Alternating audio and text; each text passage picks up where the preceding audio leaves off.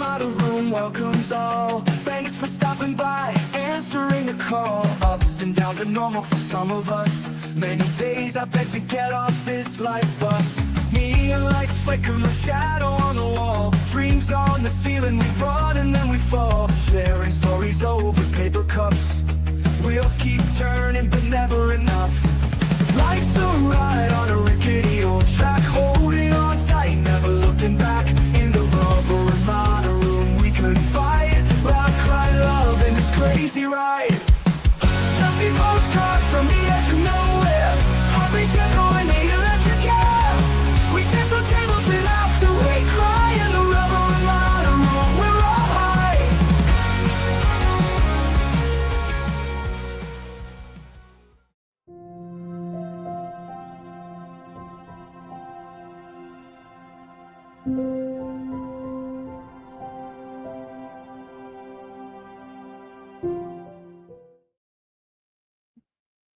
Good afternoon. How is everybody today?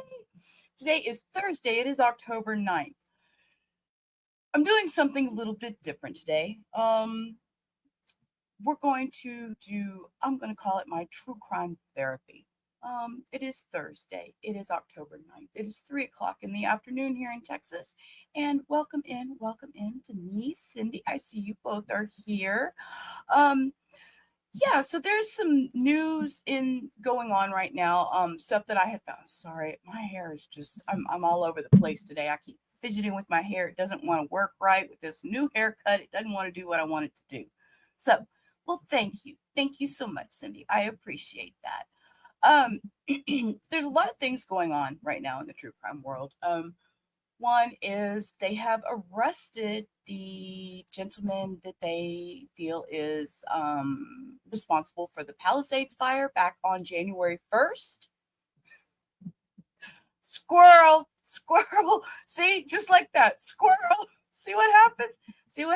The muffin walks in.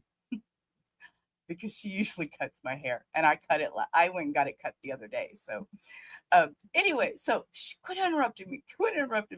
So they arrested the man with the pallet that they feel is responsible for the Palisades Fire. There was something else I'm bringing to y'all. And that was really weird because he was arrested in Orlando. So being California, it was totally opposite sides of the United States. They also arrested Thomas Brown, who was 31. And this was there was some teens that were on a camping trip in Arizona's Tonto National Forest. And DNA, again, which y'all know how I am about DNA solving things. I think it's just fascinating. DNA solved there was evidence, DNA, that linked him to these crimes. And so we're going to review that. And also, there was a shooting spree here in my town, in Sugar Land, where I'm from. I don't actually live in Sugar Land anymore, but that's where I'm from, is Sugar Land, Texas, which is just right outside of Southwest Houston. Started out as a call of a road rage incident is what was initially reported in Sugar Land. And from there, then it went on to, there was a shooting at a mechanic shop. And then they were able to put it all together, and it was actually a murder-suicide. So it wasn't a road rage. It was an intentional, and I have put together a story for that. Also on Oninda Romelus, we have discussed it before. She is a lady that is alleged to have shot her 4 children in Angleton. And we have discussed that before a little bit on the channel, but I do have the documents, and we are going to do a read through of those documents. So we're going to get started. But first, y'all know we have to have a little bit of comedy, because I can't live each day without comedy. And these guys, these are the bee's knees. We're going to watch this one, and then we have a drug deal gone right. This is how I feel about muffins. Yes, I got them. Muffins. This is how I felt about muffins. But look at this. This damn kid Poke, poke, poke. I'm gonna get you. I'm gonna get you. Stop poking me. Hold up. Watch. Watch. His arm's gonna come out. Come out through the log. Watch. Peekaboo. Come here. Come here, mommy. Let me poke you. Come here, mommy. Let me poke you. Please. Damn it. Okay, and I have one more. One more, just because I can't resist. This is the best drug deal I've ever seen. Ready?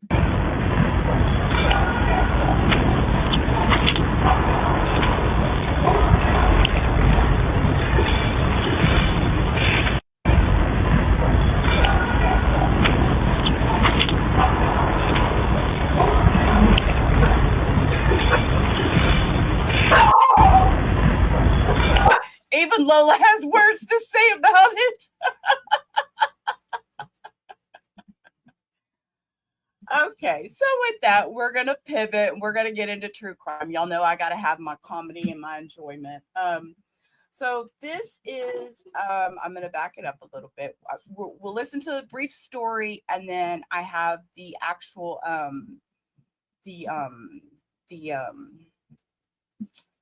can't even, my words are not coming, where the press conference. Thank you. Words, Sheila, words. The catnip is real. It is real. And catnip, he exchanged it for a bone. So I think it was a good drug deal. I think it was a good one. So we're going to watch a little bit about the story, and then we'll watch the press conference. There is a cobweb on my computer monitor. How did that happen? Okay. Well, in the last... Here, I got to boost the sound. Hold up. For all of us old people that got hearing problems. Hour, authorities in Los Angeles announced an arrest in connection to those deadly Palisades fires earlier this year. Destroyed so much property, caused hell for people down in LA. That fire was part of a series of fires that sparked in January, and it's considered one of the largest fires in LA history. 12 people died, so many homes wiped out.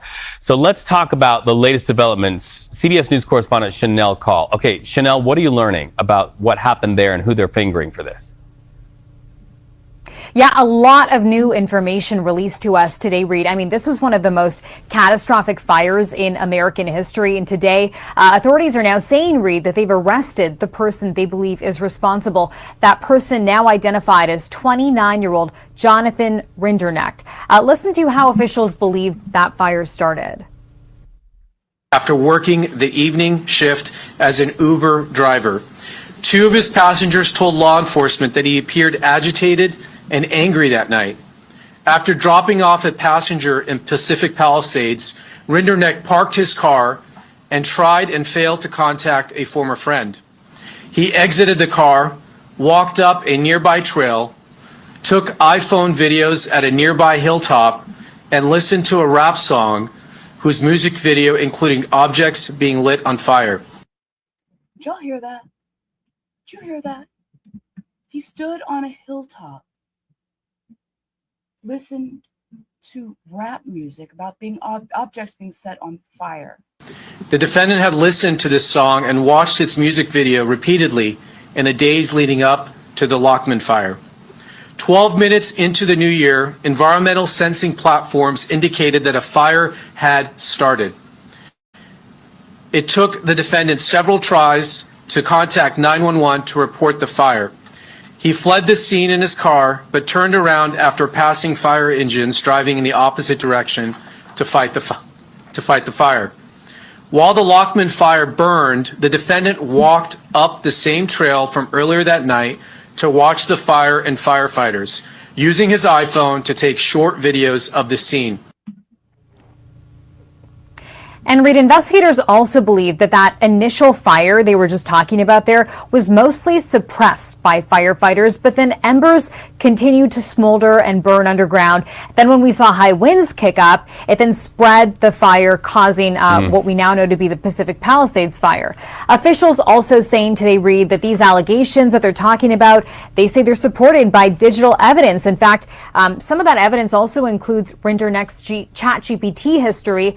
They say say that he prompted ChatGPT to give him a, quote, dystopian painting showing in part a burning forest and a crowd fleeing from it. I believe we have that ChatGPT photo to show you. This is it. And this was prompted by Rinderknecht, officials say, just months before the Pacific Palisades fire had started.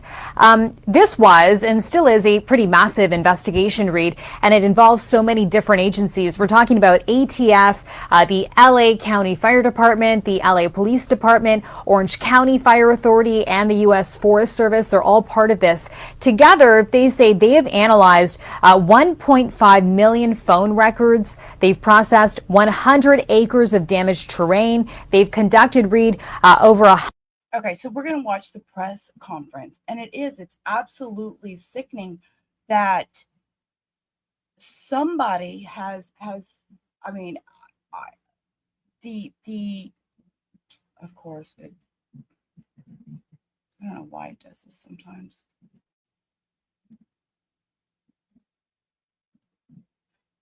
Sometimes it drops the sound. I don't know why it does this.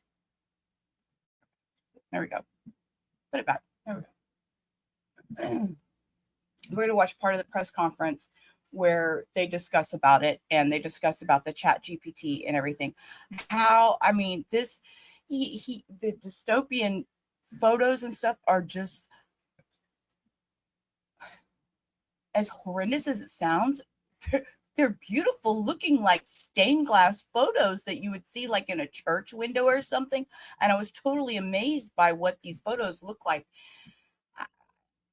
But they're actually horrific. I had to take a second look because when I first seen the photos, that's what caught my eye actually on social media, was seeing a picture of the photos. And then I was like, oh yeah, I remember this story. Right now, actually live in Los Angeles, the Department of Justice getting ready to announce that an arson suspect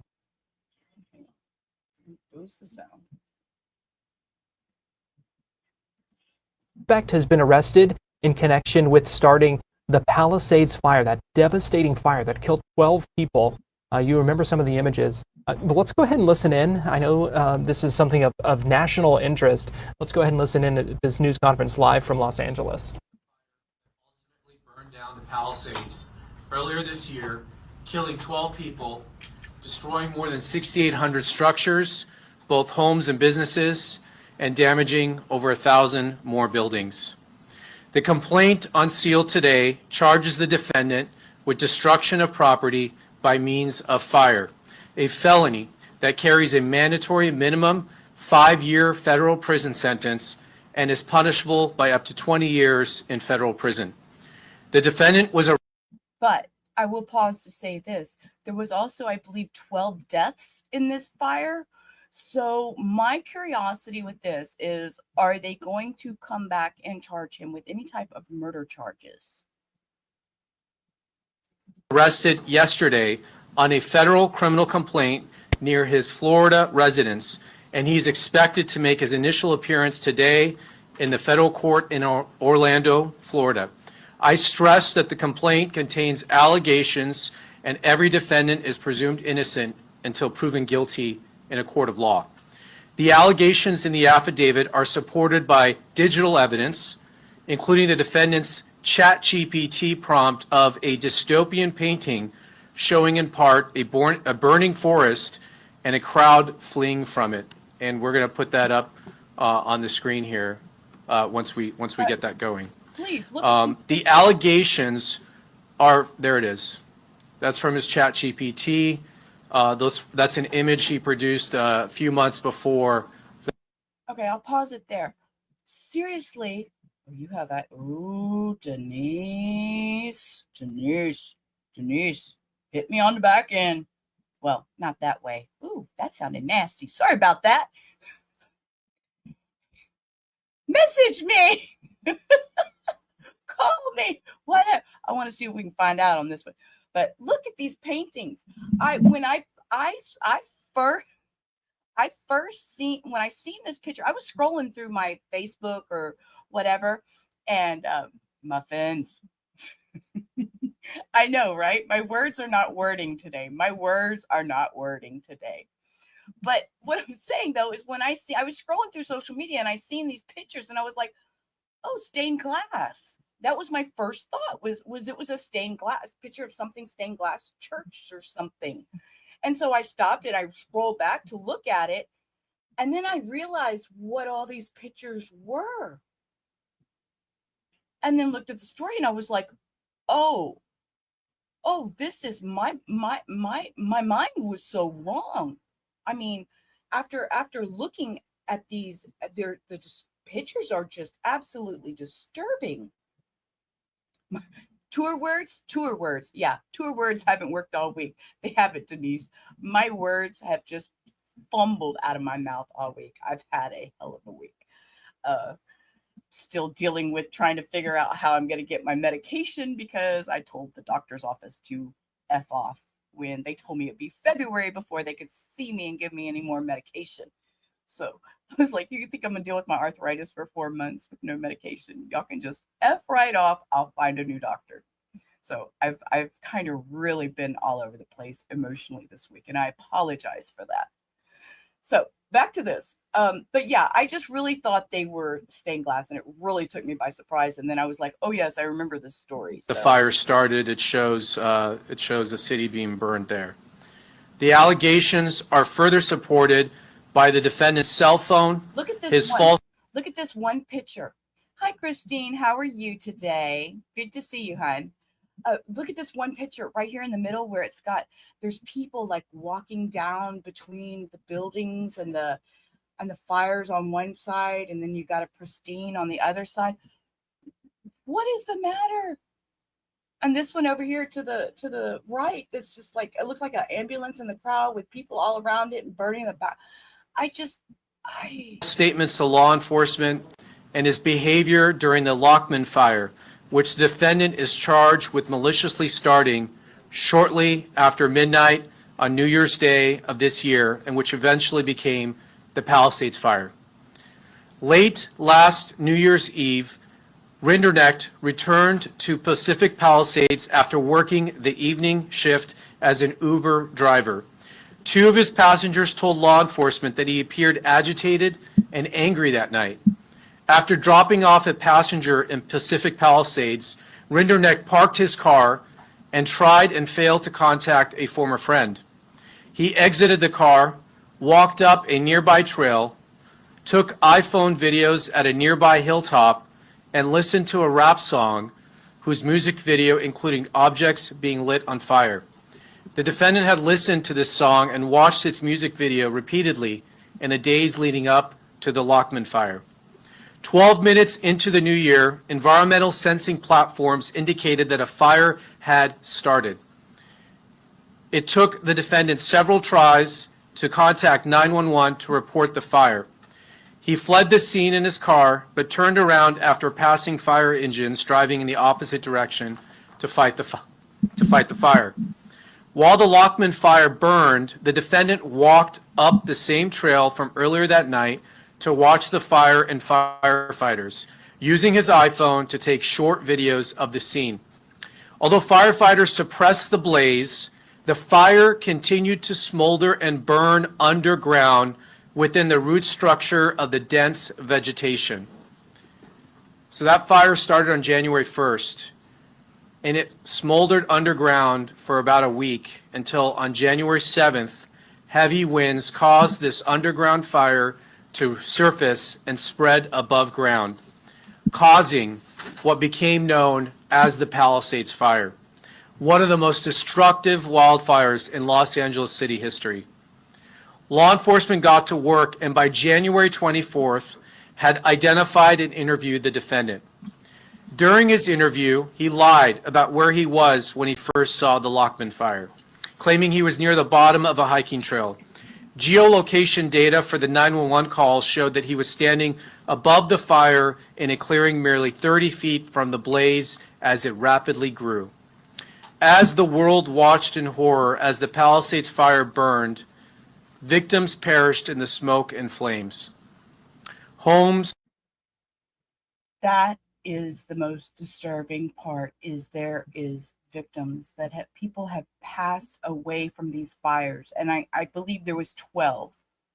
So, like, again, my curiosity goes to, is he going to be charged for this? I have not watched this in full, so excuse me for asking questions that he may be answering. Where cherished family memories and belongings were turned to rubble and ash. The iconic Pacific Coast Highway along Malibu looked like a war zone. Thousands of people were forced to evacuate. Though homes and businesses cannot be rebuilt, this arrest, we hope, will provide a measure of justice to all those who were impacted. We're going to do questions at the end, and we're going to get into more detail, but I want to thank the outstanding partnership we had in getting this case to where it's at. Thanks to the work of the ATF and investigative support from both the LAPD and the Los Angeles Fire Department and the U.S. Forest Service for their hard work in this investigation. I'm going to turn it over now to Kenny Cooper, who's the special agent in charge of the ATF Los Angeles Field Office. Thank you. Good morning. My name is Kenny Cooper. I'm the special agent in charge of ATF's Los Angeles Field Division. Today marks a significant moment in a long road to justice for our community. After more than 8 months of tireless, meticulous work, I stand here with our partners, proud to announce an arrest in connection to the devastating Palisades fires that claimed lives, destroyed homes, and shook this community to its core. Jonathan Rinderknecht, age 29, residing in Melbourne, Florida, was taken into federal custody by ATF special agents, a Los Angeles City Fire Department investigator, and a Los Angeles police detective. This partnership and arrest is significant in the three agencies working hand in glove to get this investigation to where it is. Rinderknecht, as the U.S. Attorney mentioned, is charged under Title 18-844F, malicious destruction by means of a fire of real property owned by an organization receiving federal financial assistance. I know this community has endured a long wait for answers. Families have carried an unmanageable grief, and an entire community has been left to heal while living with questions. Although we cannot share every detail of this investigation, it is still an active investigation, and judicial proceedings remain ahead. Judicial proceedings remain ahead, yes. And according to information that I am able to find on the internet, these are little pieces. Y'all know how I like to put little blurbs out while we're watching something of my little fact-finding missions behind the scenes. And supposedly, now these are alleged, this is the internet, so we're going to take it as it is until I have documents and have more proof. I mean, we're listening to this gentleman talk, and I don't know if he's going to say this, but these are things that I have found in my search, my dive into this case. Said following his arrest, a judge ordered Rinderknecht to remain jailed after prosecutors allege he had threatened to burn down his sister's home in Florida. Sir, you were arrested for burning down 23,000 acres. And he threatens to burn his sister's home too? This man has problems, obviously. And they're saying that in the criminal complaint, Rinderknecht is agitated and angry on the night of the fire. I can tell you this, from day one, ATF and our partners have been relentless. We made a promise to find answers, and we have kept that promise. To give you a sense of the work, I want to highlight the extraordinary level of cooperation between ATF and our partners. The Los Angeles City Fire Department, the Los Angeles Police Department, the Orange County Fire Authority, and the United States Forest Service. LA City Fire asked for our assistance, and within 24 hours, ATF's National Response Team arrived on scene. The NRT, ATF's NRT, is an elite team comprised of certified fire investigators, electrical and fire protection engineers, chemists, accelerant detection canine teams, and other experts. We arrived within 24 hours and got to work with our partners.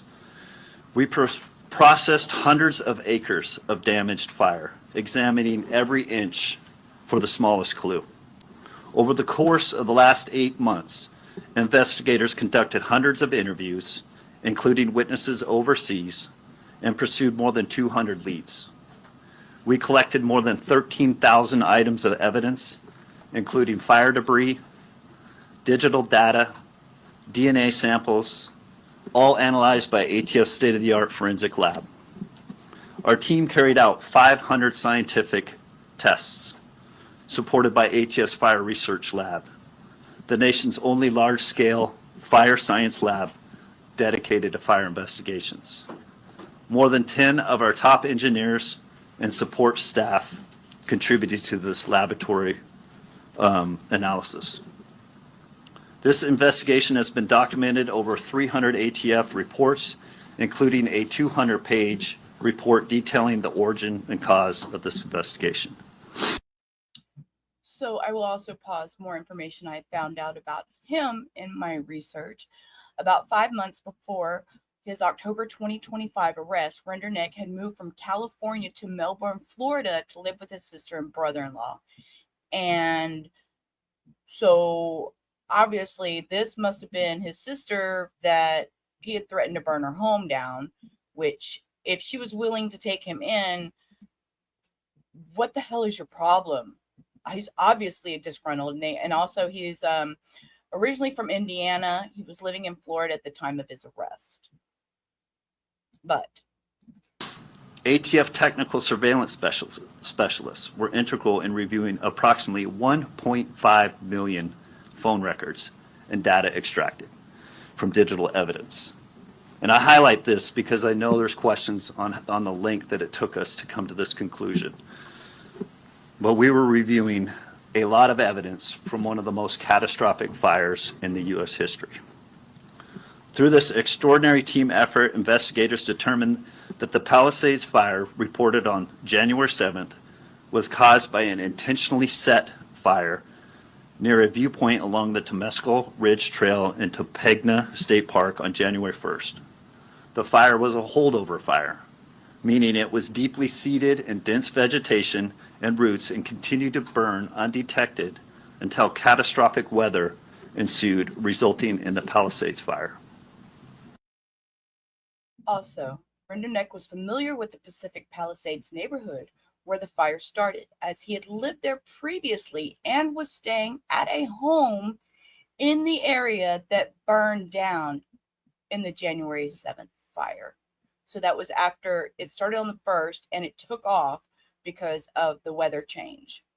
So he was actually there living in one of the houses that burned down. Rinderknecht is now charged with setting the January 1 fire. We know this arrest cannot erase the pain or grief or losses endured, but we hope it is a step forward. It is proof that justice will not be forgotten, that our accountability will be pursued by ATF and our partners, no matter how complex the investigation and no matter how long it takes. To the families who lost so much, we hear you, we honor you, and we will continue to fight for you. The ATF established an email address for the victims and witnesses to contact ATF Victim Witnesses Assistance Program through the Palasades at atf.gov. Once again, I'll say that, the Palasades at atf.gov. Based on the information received, a regional victim witness specialist may contact you. That's my initial statement. I'm going to hand it over to the Chief of LA Police Department, Chief McDonald, and I will be open to questions afterwards. Thank you. Okay, and I will pause there to also read more information that I found. Following his move to Florida, Rinderknecht's family grew fearful of his behavior. In September 2025, police were called to his sister's home twice. September 19th, he allegedly threatened to burn down the house after an argument with his brother-in-law. His family later moved, leaving him there. Why would you move out and leave him in a house that is yours? That's not good sense to me, but okay. Then also on September 25th, after Rinderknecht allegedly purchased a gun, his father, who was visiting him from France, called the police out of concern. A gun was later found hidden inside a stuffed animal. Thank you, Kenny. Good morning, and thank you all for being here. I want to begin by thanking the U.S. Attorney's Office, our partners at the Bureau of Alcohol, Tobacco, Firearms, and Explosives, and the dedicated men and women of our Robbery Homicide Division and Major Crimes Division. I also want to recognize and thank the Los Angeles City Fire Department and all of the investigators who came together to support this case. You look at the team standing here, and I couldn't be more proud of the work that was done throughout this investigation. It was extremely intensive and thorough, and the best of the best were working on it, and I'm very thankful for the partnership we enjoy with all of them all the time. The investigation into the Palisades Fire of January 2025 was lengthy, complex, and as I mentioned, extremely thorough. Our detectives responded immediately to the initial incident and worked side by side with our partners at the Los Angeles Fire Department, and once the ATF's National Response Team took on the case, they led the investigation, and our detectives remained fully engaged as partners every step of the way with them. I'm proud of the professionalism and dedication shown by our detectives and the team who work collaboratively with our federal, state, and local partners. That teamwork ultimately led to the arrest of the suspect responsible for this devastating crime. The Palisades Fire was a tragedy that caused enormous harm to the city of Los Angeles. But in the midst of that devastation, we saw something else. Communities coming together with law enforcement, supporting one another, and working through a very, very difficult time. This case is a reminder of the value of strong partnerships across every level of government. When we stand together, local, state, and federal, we are stronger, more effective, and better able to deliver justice for our communities. I'm deeply grateful to everyone who contributed to this investigation, and I look forward to continuing this strong spirit of collaboration as we work to keep Los Angeles safe. Thank you. I'll now turn it back over to U.S. Attorney Bill Asaley. Thank you. We will be unsealing the complaint if it hasn't been already. It has much more details than what we've gone over today in there, and that'll be available to you. At this time, we will take a few questions. Okay, we'll start there. How did Rinderknecht start the fire? And in the investigation, as investigators spoke to him, what did he specifically say was the reason? I'm not going to get into his specific statements. I can tell you ATF has determined that the fire was ignited with an open flame. Yeah. Did this gentleman ever live in the Okay, so with that, we're going to pivot. That just kind of gives us the basic rundown. Hopefully we'll be able to get, he did say that they're going to work on unsealing the documents. So hopefully that will be able to give us a little more insight into it. If I can get the documents, we will do a read through because I enjoy that kind of stuff. Okay, we're going to pivot now to Thomas Brown. Thomas Brown is, he was a random man that is linked to 2 murders on a camping trip. He had there was no connection between him and the guys from everything that I've read and seen. But this was a DNA solves it. He has been arrested. They did find his DNA. We're going to listen to the story real quick, and then we will roll over to Law and Crime. Actually, you know what? Let's just roll straight over to Law and Crime and watch their video. And we'll pause and talk about it. What I am going to do real quick, I know we're only 30 minutes in, but please give me just a second. I need to go to the bathroom. I will be right back, please. Just give me just a minute.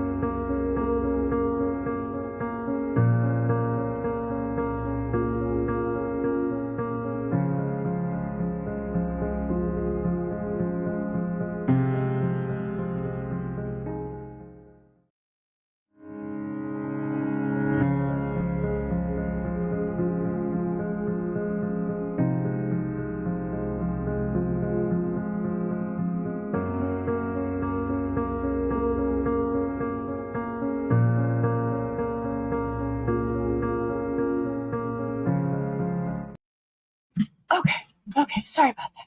Sorry about that. Okay, so we're going to watch this. We're going to pause to it and talk about it.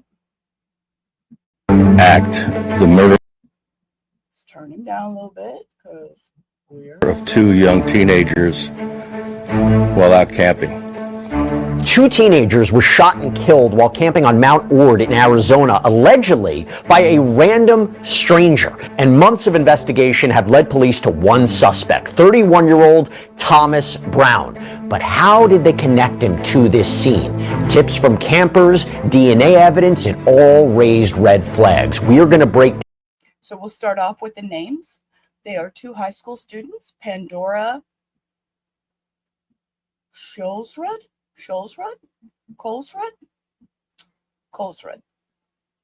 And I only say that because my maiden name is spelled very odd like that. So Colesrud. I guarantee you it's Colesrud. So it has to be, just because the pronunciation. 18. And Evan Clark, 17, who attended Arcadia High School, left for a camping trip to Mount Ord in the Tonto National Forest. And these are the two lives that he took. And this on the screen, as you see, is the gentleman. Down exactly what investigators found, what it all means, and we're going to do it all with a retired police sergeant. Welcome to Sidebar, presented by Law and Crime. I'm Jesse Weber. This is the kind of press conference that no sheriff ever wants to hold. I wish I didn't have to stand here and talk about this case. What a senseless, violent act, the murder of two young teenagers while out camping. Then comes the parents' worst nightmare, knock on the door by a sheriff's detective to tell them that their child is dead. That was Maricopa County Sheriff Jerry Sheridan, and he was announcing the murders of two teenagers. 18-year-old Pandora Colesrud and 17-year-old Evan Clark, both shot and killed while simply camping on Mount Ord, a summit in the Tonto National Forest in Maricopa County, Arizona. Well, now, months after their tragic killings, investigators say they have their suspect, Thomas Brown, a man whose DNA, according to police, was found in the victim's SUV and on gloves that were stained with blood. At his first court hearing, prosecutors laid it all out. Both of these victims were shot multiple times. Brown's DNA is found in the victim's SUV. Brown's DNA is found inside of the gloves with the blood on the outside. And now there is this newly released probable cause affidavit, and it is revealing even more chilling details about this story. So with an arrest made, new court documents unsealed, we are getting our clearest look yet at what police say happened on that mountain. We'll pause Jesse there to say on May 23rd to 25th, 2025, Thomas Brown, his wife Nicole, and their dog Snoopy also went on a camping trip to Mount Ord. Brown's wife left early on May 25th, but Brown stayed through the morning of May 26th. Also, May 26, 2025, Brown posted photos of his dog at the campsite where the murders occurred. This all started on Memorial Day weekend, May 25th, 2025, when these two friends, Pandora and Evan, they had plans to camp overnight on Mount Ord, and that is when everything changed. The next day, when their families couldn't reach them, a call came in. A call came into the Gila County Sheriff's Office reporting them missing. And in fact, police detailed their response during a press conference on Friday, October 3rd. On May 26th, the Gila County Sheriff's Office received a call for service about an overdue party located in the Mount Ord area. Mount Ord is a popular camping location and a mountain in the Tonto National Forest. It's off the State Route 87, somewhere between Mesa and Payson. The complainant advised GCSO that her daughter was out camping with friends, and her last known location was on Mount Ord. The complainant also provided pictures for us of her daughter's camping trip, which she had received. Deputies went out searching. And that is when things took a turn. They first found Evan's vehicle parked off the roadway, but right away, something wasn't right.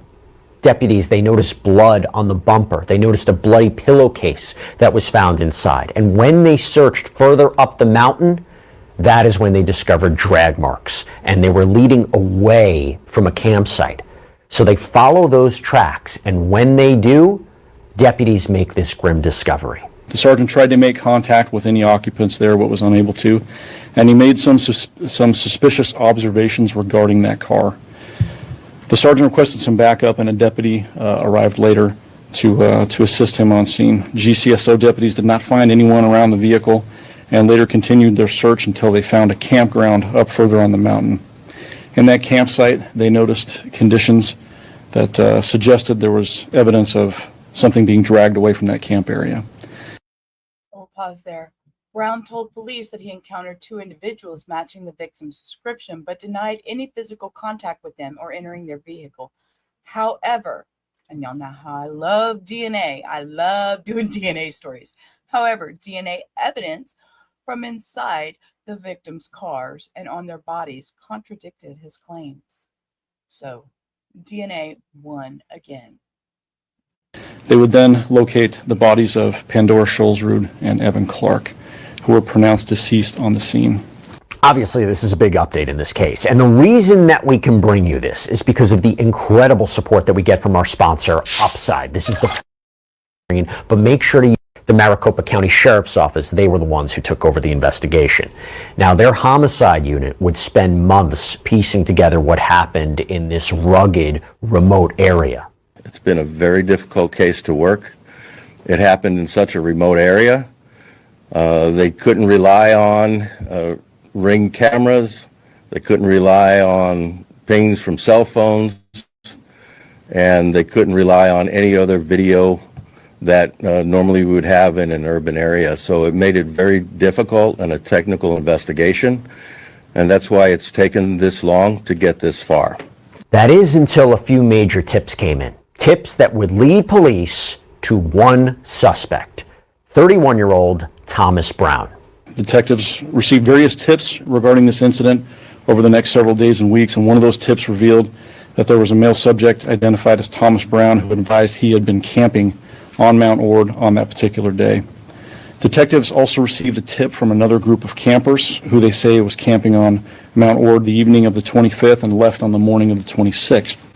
That tip indicated that the campers, while they were there, encountered an individual that they perceived as acting very strangely. The tip from those campers detailed some very specific observations that caused our detectives to heighten our focus and focus our investigative efforts into Thomas Brown's involvement, in addition to continuing to follow all the other leads that we had.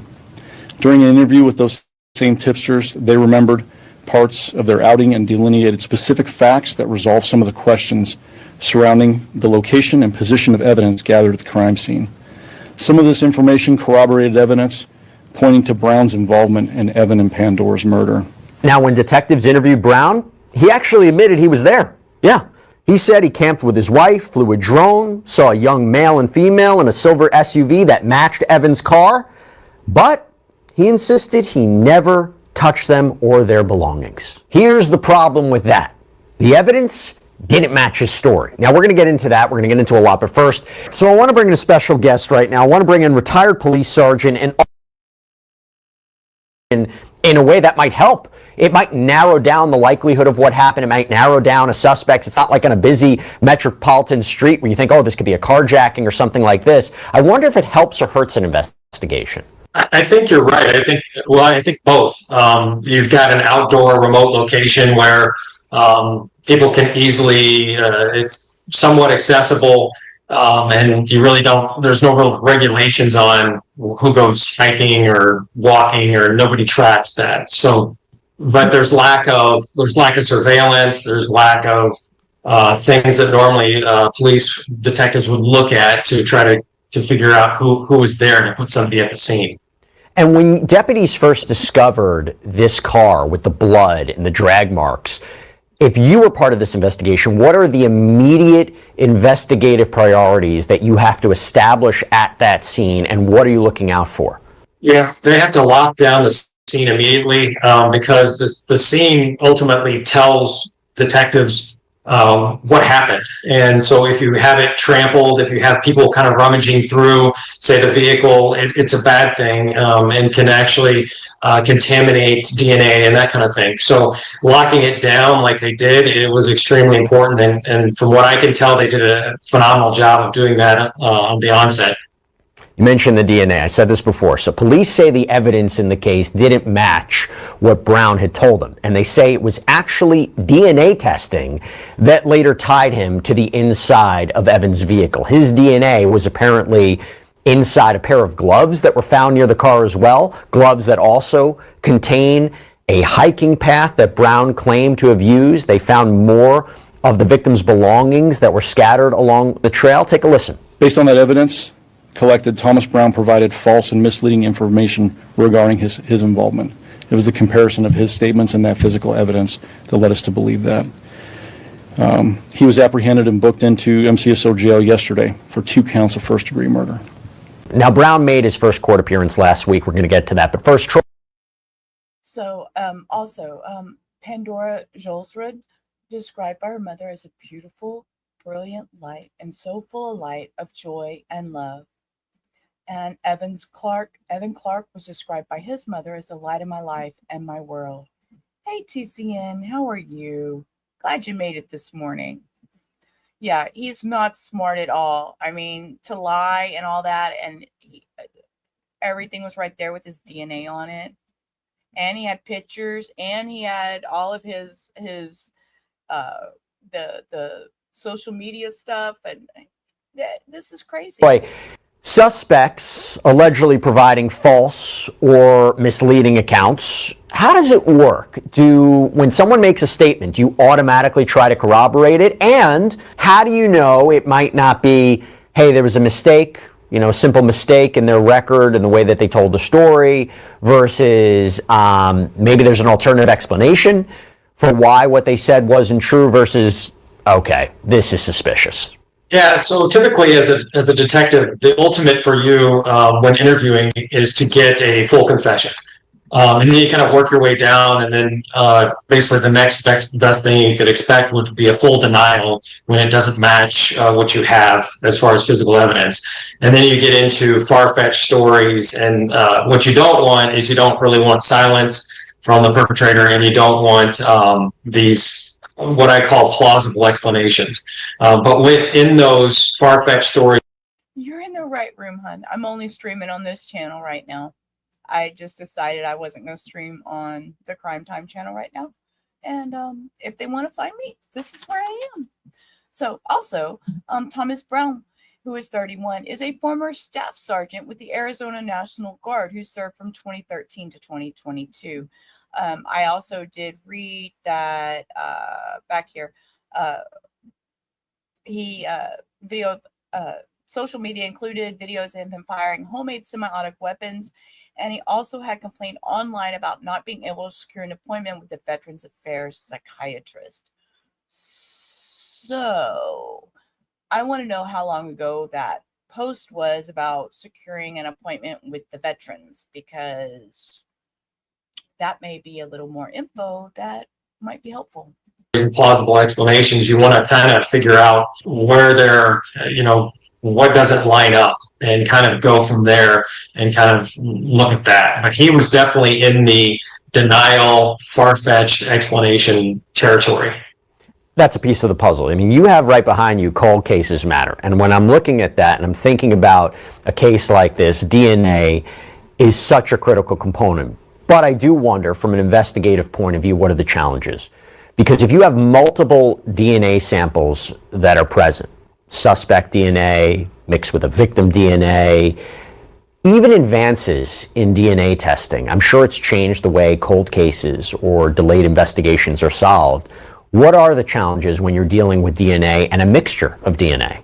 And DNA is powerful, as you know, and it basically is irrefutable in that, but there are some times where a perpetrator could explain, hey, yeah, of course, I came along later and I touched X, Y, and Z. But if it's not lining up with what they're saying, then there's the problem. So, but yeah, there can be mixtures, there can be contamination. That's why it's important to lock down the scene like they did and collect it, and be very careful.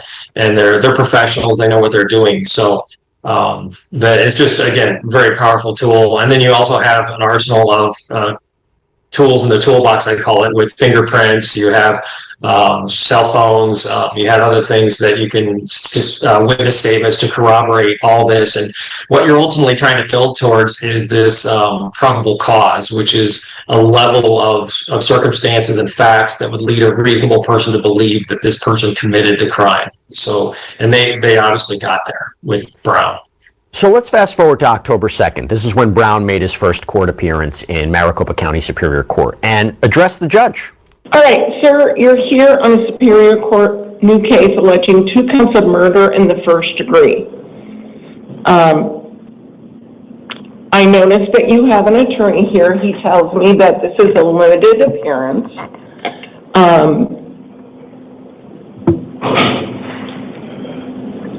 You did not give any information in terms of your financial affidavit. Are you working? I am working, but currently I own an LLC and don't have access to my computer, so I'm unable to work. Okay, you don't have access to your what? My computer, which is how I run my LLC. Are you self-employed? Correct. I own an LLC. Okay. Well, I am going to appoint you an attorney. Now, if you and counsel work something out, that's fine. I do want to make sure that you have an attorney at your next hearing. And prosecutors also asked for a significant bond, citing the severity of the alleged crime and the evidence that was collected. The state is requesting a $2 million cash bond due to the gravity of these crimes. The case does involve, as Your Honor is well aware from the Form 4, the murder of 2 teenagers who were camping. Both of these victims were shot multiple times. Both of the victims were moved and concealed in the brush. As you noted from the Form 4 judge, Brown's DNA is found in the victim's SUV. Brown's DNA is found inside of the gloves with the blood on the outside. I'm not going to rehash all of the details from the Form 4. As Your Honor asked, Brown does have a job. He runs his own business. Brown also has a spouse who is employed. The state believes that Brown is a danger to the community, a potential flight risk, and given the nature of this crime itself, we would ask for that $2 million cash bond. Thank you, Judge. But Brown's defense, they countered. They countered by pointing out that while Brown had admitted to being on the mountain, the affidavit left gaps. Here's what they argued. And I had a chance to read the addendum in this case, and, you know, I was left with the question in terms of what was the conduct here that caused the death? I mean, you have to infer from the Form 4. I understand that, you know, there's mention of Mr. Brown's DNA on certain items on the scene. He doesn't deny in the probable cause statement that he had contact with both of the alleged victims. He was there camping, he was there hiking, but importantly, there's little reference to where Mr. Brown's DNA was not found. And what's interesting is no mention in the addendum that they were found on the shell casings. There's no mention that any of the DNA was found on items. They make mention in the Form 4 that there were these items along a trail that presumably Mr. Brown hiked, and yet there's no DNA on any of these items that were collected at all. There's reference to a search warrant that was done here. And there was a search warrant that, the way it's referenced in the addendum is that it was somehow limited to fingerprints, or it was limited to obtaining his DNA. In fact, there was a pretty comprehensive search that occurred months prior to today, where they searched his residence, they searched his vehicle, and there's no reference at all to that there were any items that connected Mr. Brown to the alleged murder. And so Judge, Mr. Brown, I understand he didn't provide any information. He has no criminal history whatsoever. He's been a resident of Phoenix for quite some time, for I think 5 years. He's married, served in the military for 10 years. We'd ask the court to impose a bond consistent with the information that's provided in the addendum, which again, you have to infer here that Mr. Brown was somehow connected to this conduct and what that conduct was. And so we'd ask the court to impose a bond that is less than $2 million cash. Now, the court found that probable cause existed, meaning there was enough credible evidence to move forward with the charges, and the judge granted the state's request in large part, setting bond at. You know, y'all are making very good comments there, because, yeah, I mean, being that his wife was there with him, she left the day early. What was the wife's name? Hang on, I'll tell you what the wife's name is. Hold up. Thomas Brown, his wife, Nicole.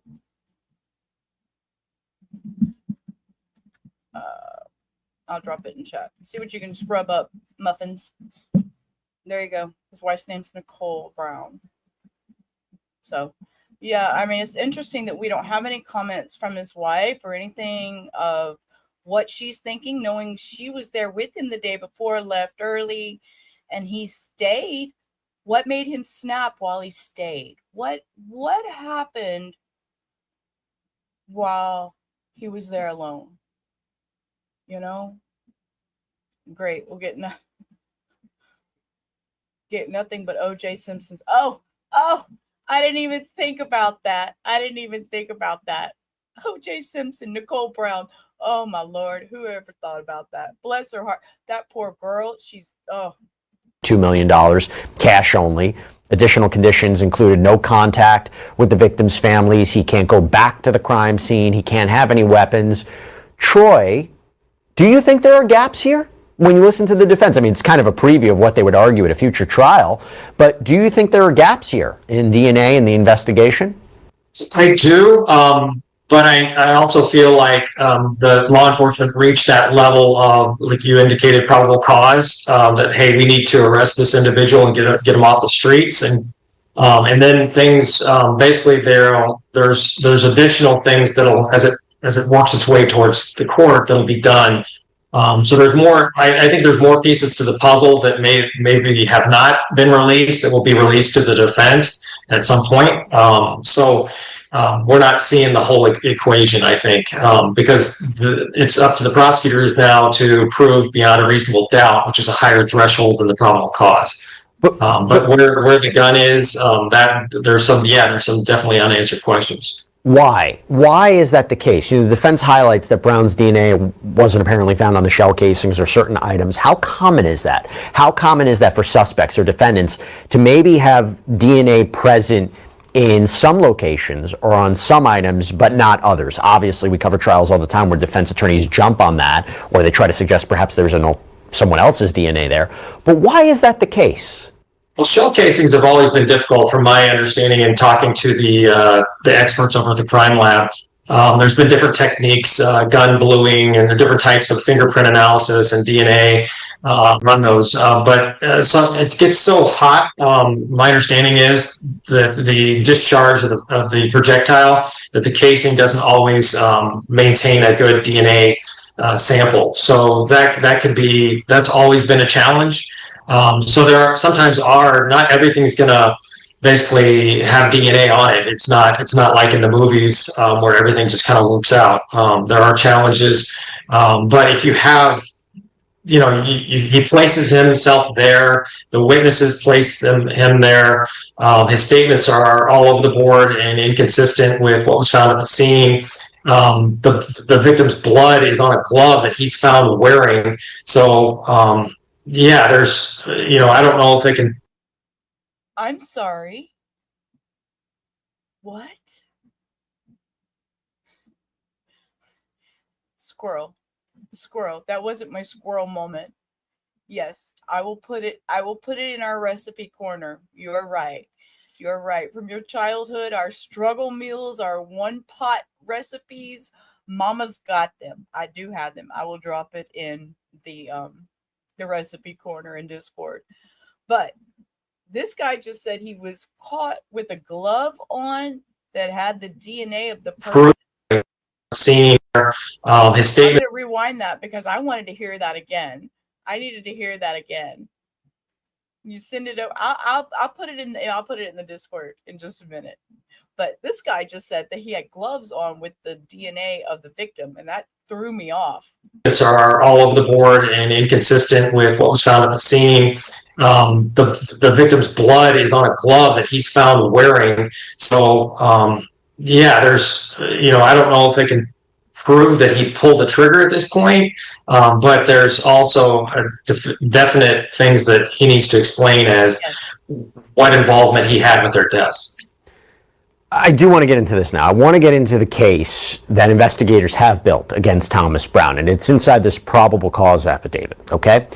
So it starts with what deputies first saw when they arrived at Evan Clark's car. The affidavit reads, When a GCSO sergeant arrived in the area, he located a 1998 Mercedes-Benz vehicle later identified belonging to V2. That's Evan Clark, displaying historic plates parked off the roadway and between trees, brush. The sergeant stopped to contact anyone inside and noticed blood on the back bumper of the vehicle. The sergeant requested backup, and a deputy arrived on the scene a short time later. GCSO deputies cleared the vehicle for any subjects. The sergeant stated the driver's side doors were locked and the only unlocked door was the rear passenger door. While clearing the vehicle, they noticed a bloody pillowcase inside. Now, from there, deputies followed the drag marks away from the campsite, and it led to the bodies of Pandora and Evan. But the trail of evidence didn't stop there, because at another site about 1.5 miles away, detectives recovered something so critical in this case. The affidavit reads, in the area where V2's vehicle was found, detectives located a pair of gloves, left and right. While processing the exterior of V2's vehicle, detectives noted what appeared to be imprints on the tailgate area of the vehicle, which appeared consistent with the same groove detail found on the gloves. The gloves also had what appeared to be blood on the exterior. The affidavit also shows how tips from other campers. See, this is why I want that affidavit. I want to read it. I want to read through it. I want to know. I need to know. Lined up with the evidence. It reads, the tip from the 5 campers indicated while camping at Mount Ord, they encountered an individual who they perceived as being strange. The tip indicated the male subject they encountered was driving a blue Kia Rio and provided the license plate to the vehicle. After further investigation, detectives learned the Kia Rio was registered to Thomas Brown. During an interview with the 5 campers individually, 2 of the campers recalled driving up the mountain on the evening of May 25th, 2025, when they noticed a blue vehicle parked near a turn out of the mountain. At the same time as they drove past the blue vehicle, they saw a silver Mercedes SUV driving down the mountain and parked directly behind the blue vehicle. One of these campers also said the blue vehicle he saw parked in the same area where the Mercedes was located by GCSO. One of the campers later saw a blue vehicle driven by Thomas parked next to their vehicle and identified it as the same vehicle they saw by the Mercedes on their way up the mountain. Now let's start right there. So Troy, they were interviewed individually. That's the key, right? So if you're talking about corroboration, if you're talking about their account, how important are they going to be to this?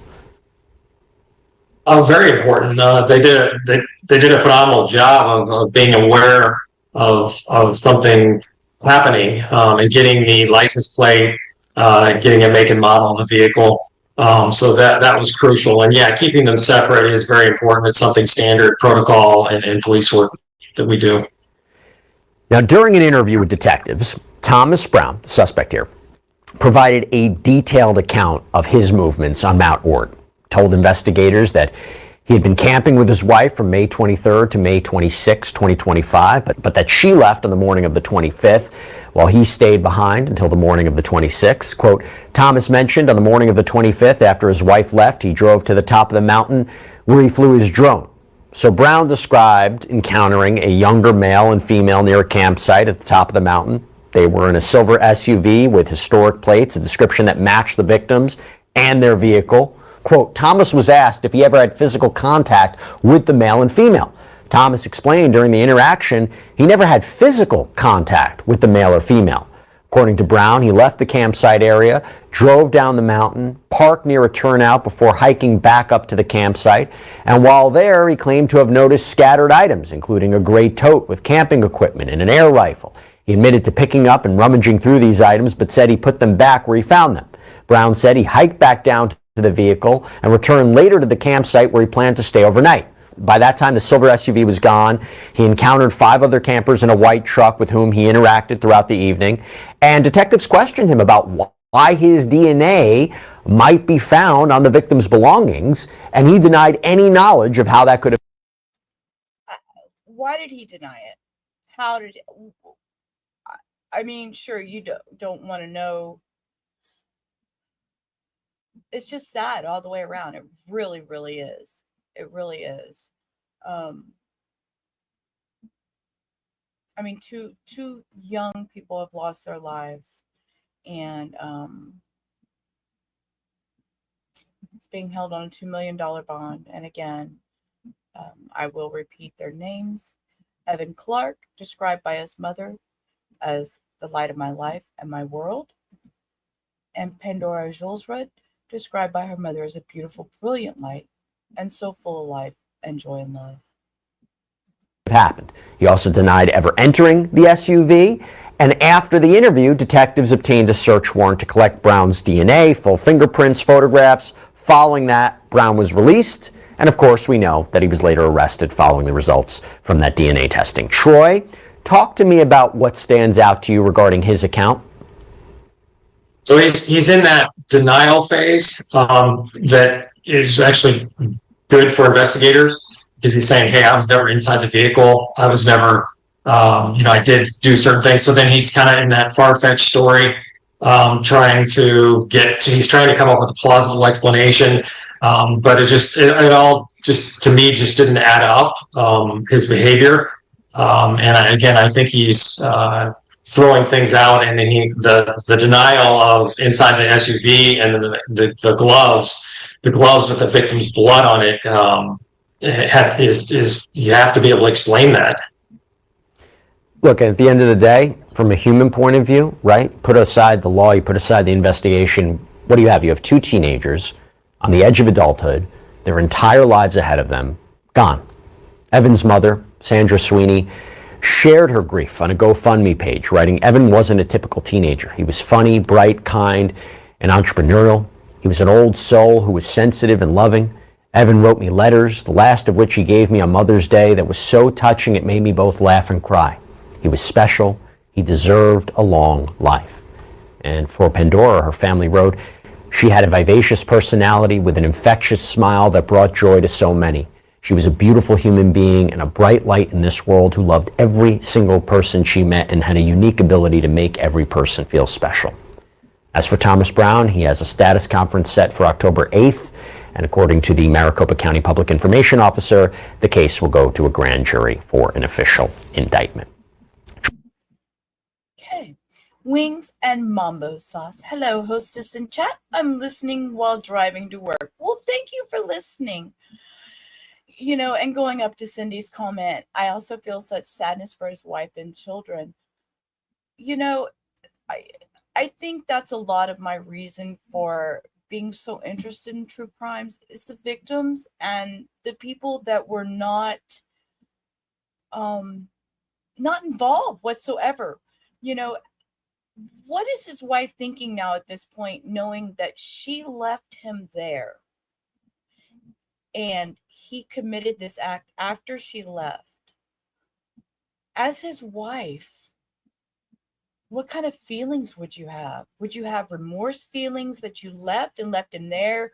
Would you have guilt feelings that you could have stayed and he wouldn't have done it if you stayed? I mean, I can't imagine being his wife and having all these emotions that you now have to deal with.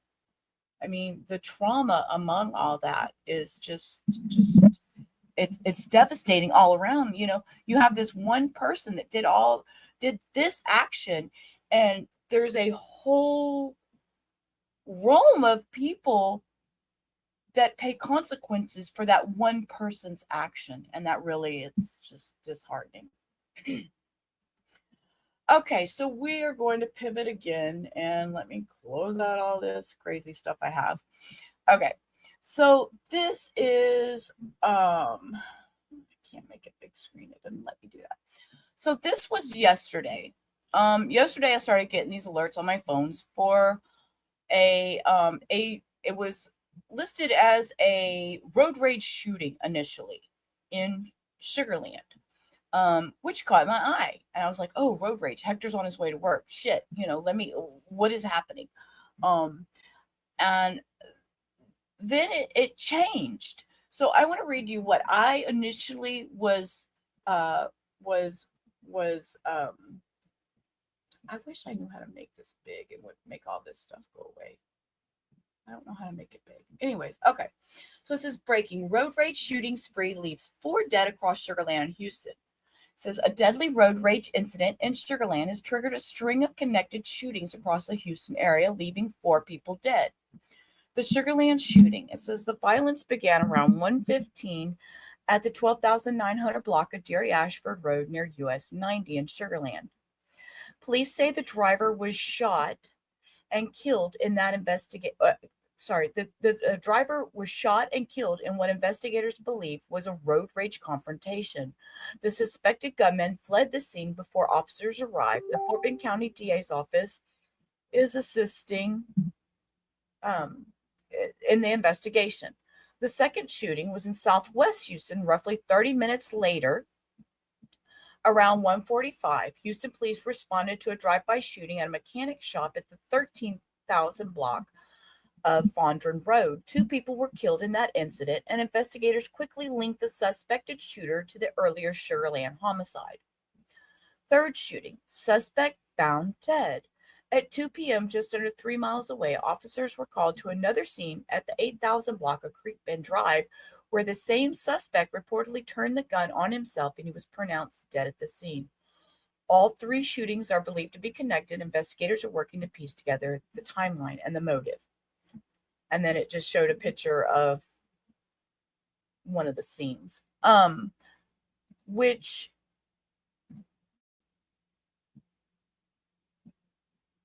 all these links are in the description box for anybody that wants to go back and watch without my commentary, just so y'all are aware. Well, if she knew about Decker and the other guy who killed the mom and dad hikers, she might feel lucky he didn't kill her and the kids that way. You know, you might be right, Cindy. She might feel lucky and very blessed that she left. She could have been involved. There could have been more murders, you know, which is awful, awful. Hello, Wings. Drive safe and have a wonderful night at work. You're so sweet, TCN. Hello, Cindy. Okay, so actually the road rage turned out to be a murder-suicide. So we're going to listen to Fox 26 first. And then we will listen to the actual press conference, which is only like 7 minutes long. So 4 people are dead at 3 different crime scenes in Houston and... I'm going to boost the sound because y'all know I can never hear. Sugarland. And Houston police... With some breaking news, 4 people are dead at 3 different crime scenes in Houston and Sugarland. And Houston police are saying all of this is connected. We've been bringing this story to you all afternoon on our digital platforms. Police have been trying to sort out exactly how this violence all played out. Now, of the 3 crime scenes, one is on Fondren and another is on Creek Bend in Houston. We have a map to give you some perspective there. And it started with a deadly shooting on Deary Ashford in Sugarland. We have team coverage tonight. Our Randy Wallace is in West Houston, but we begin first with Sherman DeSalle, who's in Sugarland. Now, Sherman, what are the Sugarland police saying? Because this is really where this all started. Yeah, it did all start here, and the Sugarland police and the Houston police, the messaging is slightly different, but it all leads to what started here. We're on Stiles and Deary Ashford. I'm going to get out of the way. Carol, look at where we are. We're right next to the grill on the 13,000 block, and you see that white SUV. That's the SUV that the woman was found dead in. This started about 12:30 when police got this restaurant that it's right next to. It's called Live Oak Grill. I will dox myself a little bit here. My parents' house that I grew up in is about 1.5 miles from this restaurant. And when I was young, being in the early 80s as a young teenager, this restaurant, Live Oak Grill, was one of the few restaurants that my dad would go to take us for a burger. They had some of the best burgers, some mushroom burgers that were awesome. I haven't been there in 30 years, but if you ever go to Live Oak Grill in Sugarland, Texas, it's great food. It's awesome food. That the woman was found dead in. This started about 12:30 when police got the call. A woman was killed in this shooting. Suspect police drove away. We're still trying to figure out the identification of the woman, and we're trying to see if there's any surveillance video or eyewitnesses that could give us more information about this shooting.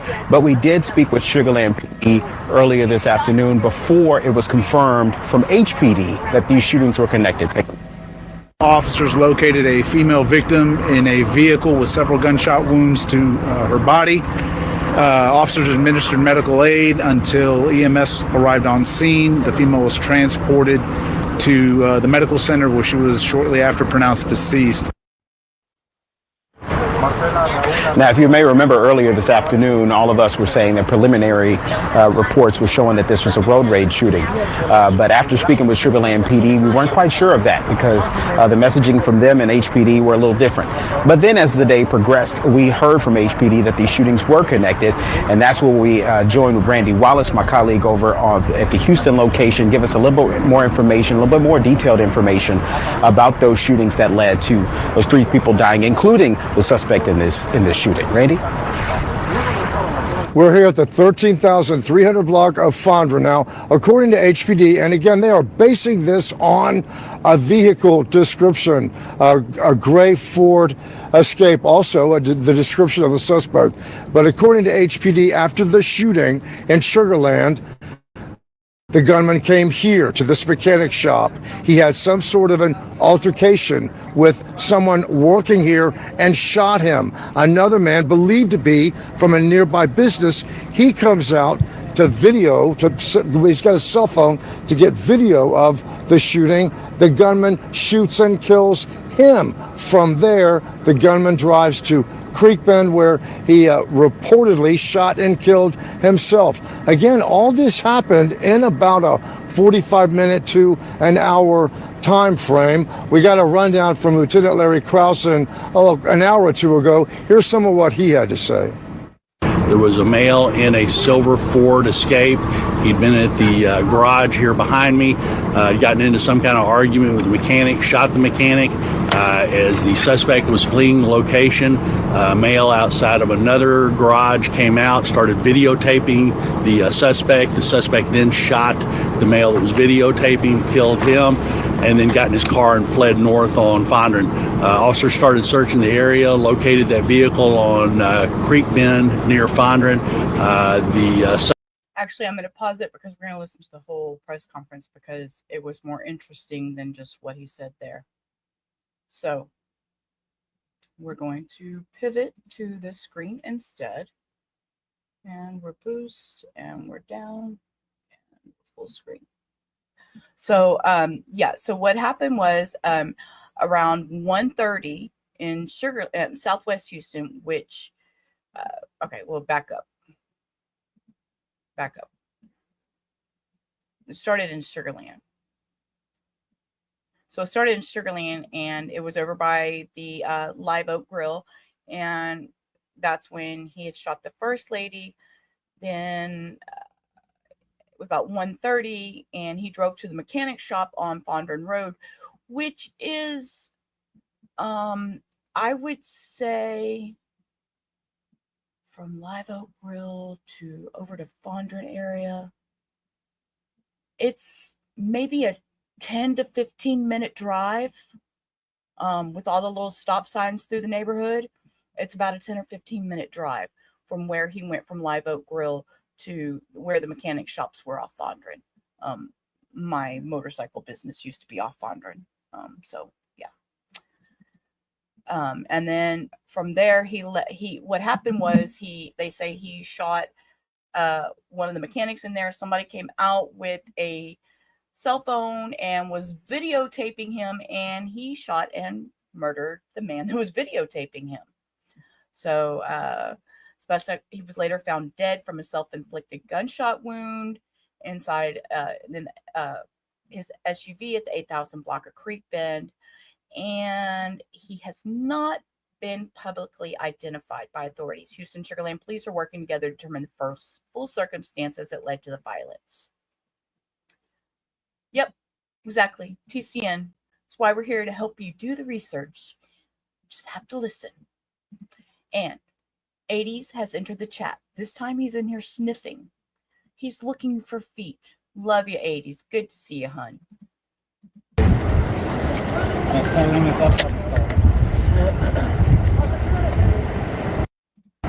Yeah, everybody good? Here today with me is Lieutenant Bowie. He's the Southwest Evening Shift Lieutenant. So we have a very tragic incident today. It's got several moving parts, so I'm going to start from the beginning. Of course, this is all under investigation. Things may change. So at about 12:30 this afternoon, Sugarland Police Department had a report of a road rage. I believe it's a road rage shooting where an adult female was killed near Derry Ashford and Highway 90. I don't know much more information on that. I'm going to refer you to Sugarland Police Department on that part of the investigation. So at about 1:30, we received a call from the mechanic shop here near Fondren and Maine. There had been a shooting at the mechanic shop About 1:30, we received a report of a shooting at a mechanic shop here on Fondren, just south of Main Street. There was a report that a male in a gray Ford Escape, which matched the description of the vehicle in the Sugarland shooting, had been involved in an altercation with a mechanic there. During that altercation, he shot the mechanic. As he was fleeing, apparently somebody came out of another warehouse here, started filming that suspect leaving. The suspect then fired several shots, killing that witness. Suspect fled north on Fondren to the area of Creek Bend and Fondren. Apparently the address came back to that location. Our officers were en route to that location. We got another report of a shooting. When officers found that location, when officers arrived at that location, they found the suspect inside the suspect vehicle, deceased from an apparent self-inflicted gunshot wound. So, here at our scene in Houston, we have 2 adult males deceased. It's my understanding that Sugarland has 1 adult female deceased at their scene, and then the suspect is deceased at Creek Bend and Fondren. I'm sorry, Larry, I don't understand. What's the connection between this and Sugarland? No known connection. We just know that the guy was involved in the shooting there in Sugarland, drove to this location, went to the mechanic shop. I don't know if his car broke down. Don't know at this point. That's part of the investigation. I'm going to give y'all my speculation, which I normally do not speculate. I normally do not take guesses, but this is my thoughts. I want to get some paperwork on this because I want to know. Now this is my assumptions. Take it with a grain of salt. Do your own research. This is just general discussion. These are all topics of opinion that I state. Do your own research. But I think that him and her were involved. They had an argument. He took her life. And I have a feeling that the guy at the mechanic shop is probably somebody she was probably having an affair with, known, brother, some kind of relationship to this woman, whether it be relative or friend or sexual or whatever it may be. Went to the mechanic shop, took him out. Just lo and behold, some idiot, which they're out there, comes out with a cell phone and just wants to record the incident. Don't want to help, but he wants to get up there with his phone and record what's going on. Forget calling 911. Well, you know what? You should have called 911 instead of taking your phone out and record the incident. Because now, unfortunately, you are deceased because the action you took. And that's unfortunate. And I don't mean that in a harsh way. I'm just talking about this happens probably more than we know. People walking around taking their cell phone like, oh, I'm going to record this. I'm going to get it on camera. I'm going to make the most of it.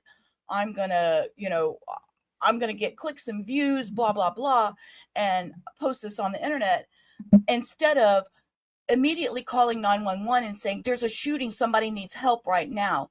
That really, really bothers me. That bothers me to no end. And Denise is back here in the background. 100% agreed.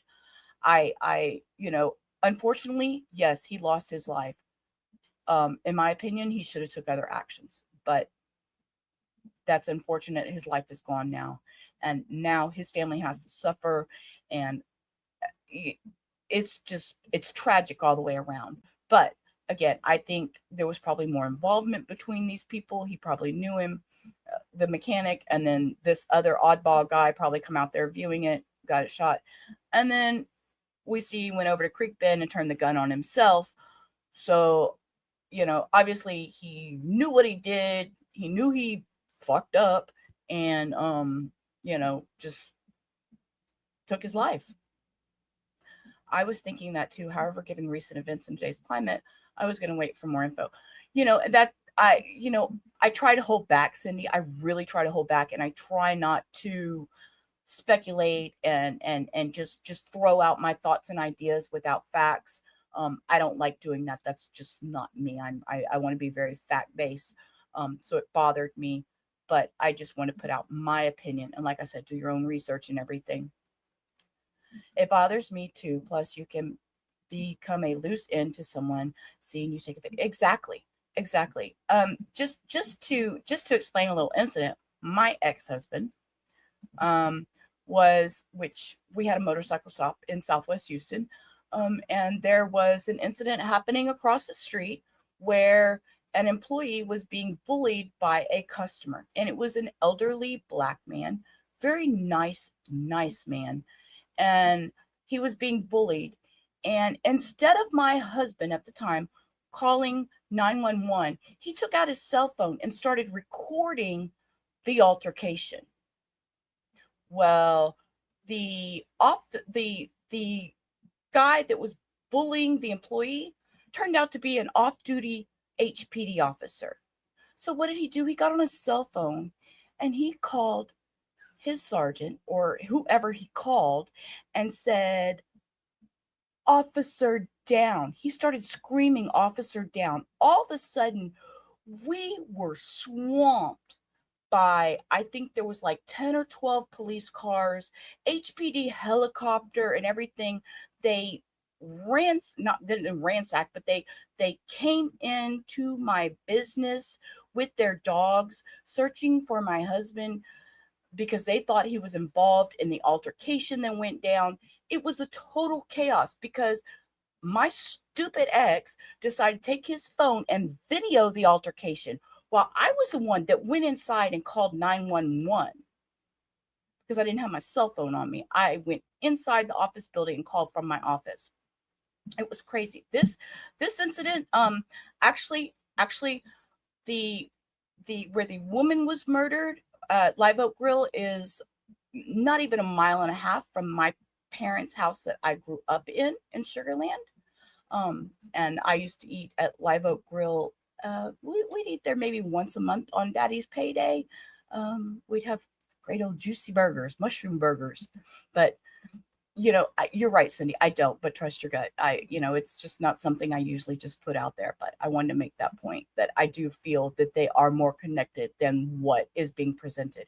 And they have not put out the identity of any of these people yet. And I'm still waiting for identity because I want to know. I want to know who it is. Is it somebody I know? Sugar Land's a very small town. Well, I say that. It's excuse me. It was small in the 70s and 80s. It's very large now. But for right now, we've a suspect in the Sugar Land road rage. He comes to this location and shoots two people. That's correct. Pending investigation, obviously, but the description of the vehicle and his description matches the description of the Sugar Land shooting. And why he ended up here and shot these two people, it's unknown. We don't know. Don't know what this possible motive would be. Don't know at this point. Then he goes to Creek Bend and allegedly shoots himself. That's correct. Okay. So it's 3 deceased. 4. If you count the suspect, 4. So 3 people were killed in the homicide, 1 suicide. How many here are okay? 2 adult males deceased at this scene. But you said that there was some sort of road rage encounter over. That's the information that we got. Sugar Land put out be on the lookout for that suspect vehicle, that they had a homicide involving a road rage vehicle in Sugar Land.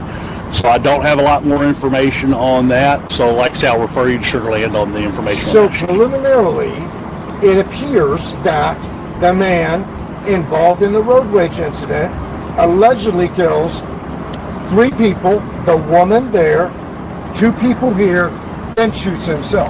That's what we have so far. And the 2 people here are men. Correct. Do we know if the suspect knew any of them? Don't have any idea at this point. Like I say, our homicide investigators are out to the scene. They'll start talking to the witnesses here. Or Sugarland's conducting their investigation on their homicide down there. Hopefully they'll get more information on that. I do want to say, obviously, with the suspect having killed himself, there is no danger to the public right now. So we think that everything's secure at this point. I won't name who he is, but I know his voice. I could tell you exactly who it is. And yes, we leave meat up there sometimes during these streams because he's keeping a watchful eye over all the insanity. You don't like his tone either? Muffins? Yeah. I'm gonna be quiet because I know who it is. And the thing that's linking all of it together at this point is his vehicle. His vehicle and his description. It's my understanding that all matches. And can you go over that again for us? A silver Ford Escape. And the road rage, is that the same thing as the... Watch out. They got it. I'm sorry. Could you talk about the road rage again? There again, I don't know much about the road rage. Sugar. I will pause this. I will pivot over here because I'm not going to put a name out there, but we will see on the screen and you will recognize the voice. Scene, went to Creek Bend and shot and killed himself. Of course, this is an ongoing investigation. Sugarland, that's in the city of Sugarland. Their police department's conducting that investigation. I just know that they notified area agencies to be on the lookout for a silver Ford Escape, which matches the description of what we have here. So early indications are that it's all related. Could it turn out there's two silver Ford Escapes and it's unrelated? Yeah, it could be, but that would be... Ages. Do we have any ages? No, everybody's an adult. That's all. That's all we know. And ethnicities? I don't know that. Hispanics? I don't know. So the road rage against 12:30. This shooting is at 1:30. Do you know what time the Creek Bend shooting was supposed to be? About 30, 40 minutes later. Long enough for him to drive. So 12:30 over there? Yep. It's approximate times. About 12:30 over there and 1:30 here. And then a half later? About a half hour later. And I find that interesting because from where they are at Dairy Ashford 90 going to Fondren and Maine, which 90 is Maine. It's the same street, just a different name when you get down there to that area.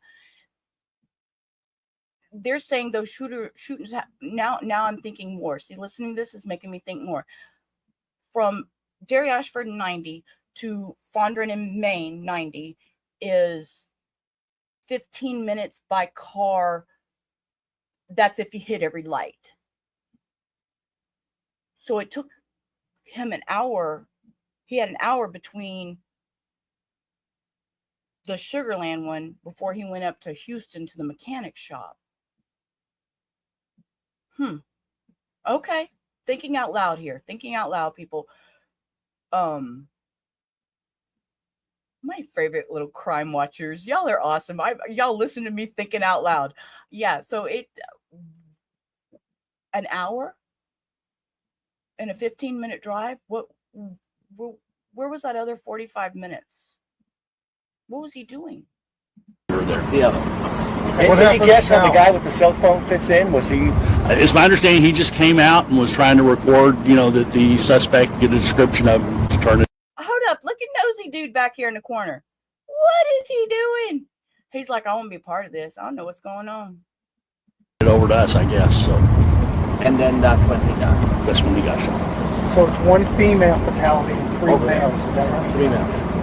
One adult female's deceased in Sugarland, 2 adult males deceased in a homicide here, and then the suspects deceased on Creek Bend. And does it appear that 2 men that were shot here, were they both employees of the mechanic? No, I think they were separate shops. Separate shops. But they saw the suspect. Did they try to intervene and try to stop him? Don't know. Right now, I just know that he came out. They said he was trying to. And see, and that's the other thing, here, and this is my nosiness because I know a lot of people in that area, the Fondren area, like I said, where my motorcycle shop was. So I want to know who it is. I want them to release names. I want to know, and I know these shops. It was the Mako shop. I know employees there at the Mako shop. It's a paint and body shop. I want to know. I want them to release this. Wonder if the background nude knows something. Maybe. I don't know. He just looked like a typical nosy person out there in the same area that I've... Shops. Out here, and then the suspects deceased on Creek Bend. Does it appear that two men that were shot here, were they both employees of the mechanic? No, I think they were... Let's back up. You might be right, Cindy. Let's back up. Look at his face and body language. Look how he's hanging out. And then that's when he died. That's when he got shot. So it's one female fatality, three males, is that right? 3 males. One adult female's deceased in Sugarland, 2 adult males deceased in a homicide here, and then the suspect... Y'all see, he shook his head and walked away. Interesting. Cindy, you were paying a little more attention than I was. Go girl. Go girl. Look at y'all. That was a bad freeze frame on this guy. Sorry, sir. Deceased on Creek Bend. And does it appear that two men that were shot here, were they both employees of the mechanic? No, I think they were separate shops. Separate shops. But they saw the suspect. Did they try to intervene and try to stop him? Don't know. Right now, I just know that he came out. They said he was trying to videotape it, and that's when he said the second person was trying to videotape. I guess he probably heard the shooting, stepped outside, tried to videotape. So The person who... And again, we go straight back to the fact that why? Why didn't you call 911? Why come out there and try to videotape? I am sorry, sir, that you lost your life, because it was more important for you to videotape something for social media, for your wife, for your whoever you were recording it for. I am sorry you lost your life, but... Into the ambulance, who was that? I don't know anything about that. Do you know if they were involved in that? Not to my knowledge. Yeah, it could be, there are a lot of people upset. This could be somebody just having a little panic attack. To make sure we're clear, the road rage suspect, he comes here. At this time, we, obviously pending investigation. Yeah, right. Correct. Just based on what you know as we speak at this moment, he comes here, he gets into some sort of altercation with an employee at the mechanic shop. Correct. Another person sees this argument. They decide, I'm going to videotape this. Correct. That man gets shot too. That's correct. I was told that the person who was shot, the mechanic that was shot, was the owner of the mechanic shop. I don't know that. All right, guys. All right. Yeah. Thank you so much. I'll talk to you so much. Okay.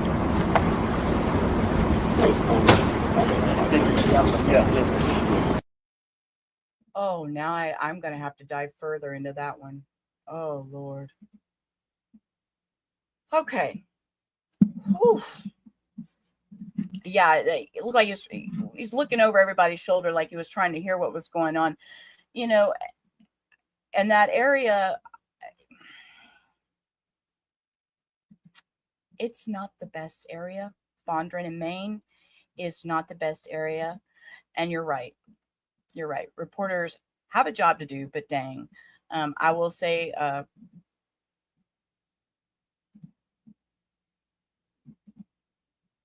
this man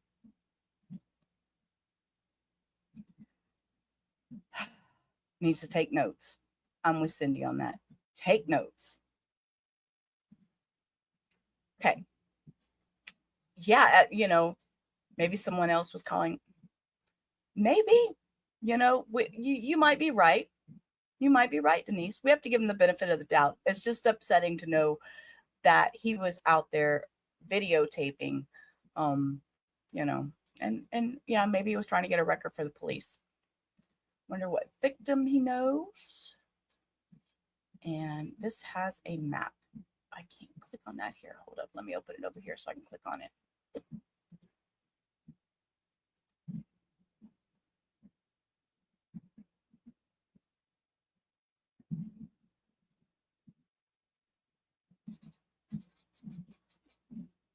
And it's not loading the pictures. Here we go.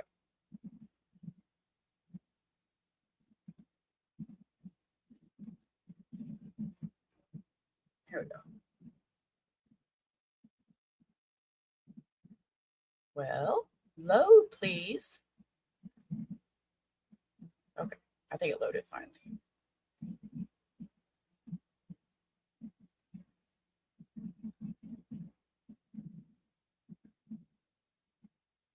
Here we go. Here's a map.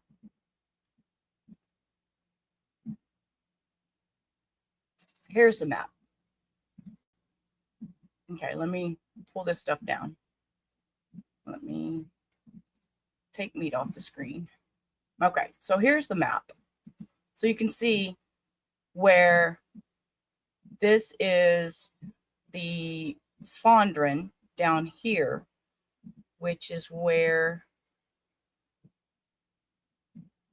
the mechanic shop was. Okay. And then he went over here to Creek Bend, which was 8 minutes away, 2.9 miles. I wish they had had the map from Sugarland. And this might be it, but this stupid thing is not loading the pictures. Damn it. Okay. All right. We'll just go back over here. Okay. So this is the last one we're going to do. So Kayla put it, or Muffins put it in chat. So if you want to read up on it, that is in chat. That will give you more information. We're going to pivot. We're going to go over here to talk about, that was the only one on there. Okay. All right. Well, I appreciate you helping, love.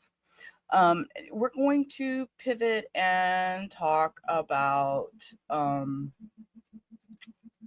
Oninda Romelus. Oninda is the lady that lived in Porter.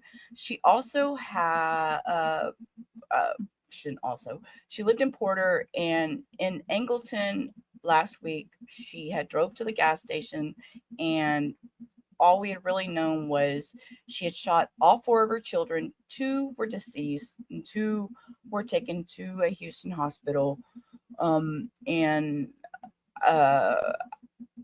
I was waiting for the documents to do a read through. So I will, we're going to watch a quick news recap just so people that aren't aware of the story will understand it before we go through and read the documents. And then we're going to close out for the day. So this is the news article that kind of gives us a basic. Joining us here at 4, I'm Lisa Hernandez. That mother, identified as Oninda Romelus, is sitting in jail with a bond of $14 million. KPRC2 reporter Mario Diaz spoke to neighbors and has the latest on this investigation. Mario. Yeah, we spoke to people here in the area of Angleton, and let's correct one quick thing here, that this woman is in Brazoria County. She allegedly committed a crime in Brazoria County, but she is not from Angleton or Brazoria County. But investigators say they are still working this case, very much so because it just happened and because what they saw. It's a fresh case. You have 4 children that were shot, 2 of them killed. All of them are siblings, and they were discovered right here at this gas station approximately 40 miles south of downtown Houston. The alleged trigger person in this case, their mother. No kid should have no parents in their life or, have to deal with something so tragic from a parent. Angleton resident Ashley Reed reacting to the shooting that took place minutes from her home at the Falcon Express gas station, where new 288 meets with the old 288 north of Angleton. The shooting resulting in the deaths of a 13-year-old boy and 3-year-old girl, while their 8-year-old and 9-year-old siblings, a boy and a girl as well, are recovering. Startling information emerging about the alleged shooter, 31-year-old Oninda Romelus, listed as the mother of all 4 children. According to investigators, after shooting her children, she pulled into pump number 2 at the gas station and called 911 while filling her tank. She paid $56 and waited in her white Audi for law enforcement. Within minutes, 2 sheriff deputies arrived and Romelus was placed in handcuffs with no resistance. The officers then provided life-saving measures to the 8 and 9-year-old. As for Romelus, she was transported to the county jail and interviewed, telling investigators, quote, "Instead of them doing it to me, I'm going to do it to them." And when officers asked, "Do what?" Allegedly, she responded, "Kill them all." When asked why Romelus called 911, she said she did not call 911, she called the devil. Later telling investigators her children were with the devil. I know the world's crazy right now and, everybody's going through something, but those kids are innocent and that was wrong. Okay. So authorities do not believe the shooting took place at the gas station. They do think it happened somewhere else and that she drove to the gas station. The search of Romelus's home uncovered alleged fraudulent documents, including multiple social security cards and identification cards with their photo on them, but different names. I also read somewhere, again, do your own research, that there were pictured IDs with her picture and different names, along with government checks that were issued to these other names that her ID was referencing with her picture, and they were mailed to her home. So I'm trying to get into more documents on that. Now, the document that I do have is this, and this is the complaint for murder. And I have redacted a few of the things. Of course, the first thing you'll see redacted is the actual officer's full name, and he goes by C. Davis. So I redacted his full name. And her date of birth, I did redact, and her driver's license information. So, but I will be doing a read through of this. I will do a separate read through later. So it is separate if anybody would like to review this. So with that, I'm going to start reading. So I will not be reading comments while I'm reading this. I may pause because I'm going to have a hard time reading and reading comments. So with that, okay. Complaint, murder, firearm. In the name and by the authority in the state of Texas, before me, the undersigned authority on this day personally appeared Davis, a credible person who, after being by me duly sworn on oath, deposes and says that he has good reason to believe and does believe and charge based on the following facts, to wit. On Saturday, October 4, 2025, I, Investigator C. Davis, was serving as the on-call investigator for the South District of Brazoria County, Texas, when affiant was advised of a shooting at 22679 North State Highway 288, Angleton, Texas, also known as the Oasis Convenience Store. Affiant learned from Brazoria County Dispatch that a Black female identified as Oninda Romelus, date of birth 1994, had shot her 4 juvenile children and was currently located at the convenience store located at 22679 North State Highway 288 in Angleton, Brazoria County, Texas.